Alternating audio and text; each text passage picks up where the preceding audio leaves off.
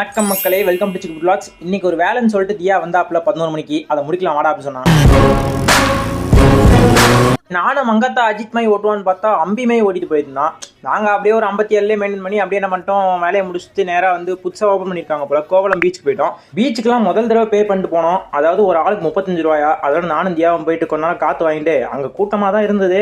ஒரு 4-5 பேர் முக்காடை போட்டு உட்காந்துருந்தாங்க. அதை அப்படியே பார்த்துட்டு ஈவினிங் டீ குடிக்க போயிட்டேன். மார்னிங் வண்டி ஓட்டினதில் கொஞ்சம் டயர்டாகி ஈவினிங் தூங்கிட்டான் போல. ஃபோன் அடித்தேன், தம்பி நீ போய்ட்டு வாப்பா அப்படின்னு சொல்லிட்டான் டியா. அதோட நாங்கள் என்ன பண்ணிட்டோம், ஜிம்முக்கு போகிறதுக்கு முன்னாடி ஒரு காஃபியை போட்டுட்டு பீனட் பிக்செட் நல்லா வாயில் போட்டு நல்லா நொறுக்கிட்டு அப்படியே கிளம்பிட்டோம்.